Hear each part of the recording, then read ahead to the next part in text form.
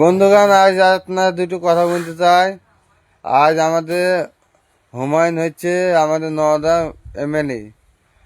আজ হুমায়ুন দাদা, তুমি শুধু দেখো যে আমাদের মুসলমানদের উপর এত অত্যাচার হয়েছে, বলছে বাবরি মসজিদ হইতে দেবো না। অমিত শাহ বাপে এত হিম্মত, বাপের জায়গা, হ্যাঁ? তা বাবরি মসজিদ হইতে দেবে না।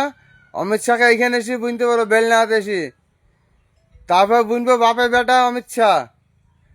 আর শুভেন্দু অধিকারী দাদা, তোমাকে জনগণ দেখি ভোট দিয়েছে, কিন্তু তুমি সেইভাবে তুমি জনগণকে ভালোবেসি ঝই ঝামেলা যাতে না হয়, হিন্দু মুসলমানের ঝামেলা যাতে না হয়।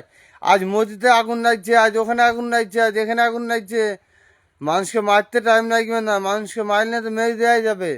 কিন্তু এসব মসজিদ ফসজিদ নিয়ে আগুন লাগে কী লাভ পাচ্ছ? সেসব জানোয়ার দেখে ইমিডিয়েটলি গ্রেপ্তার করার দরকার।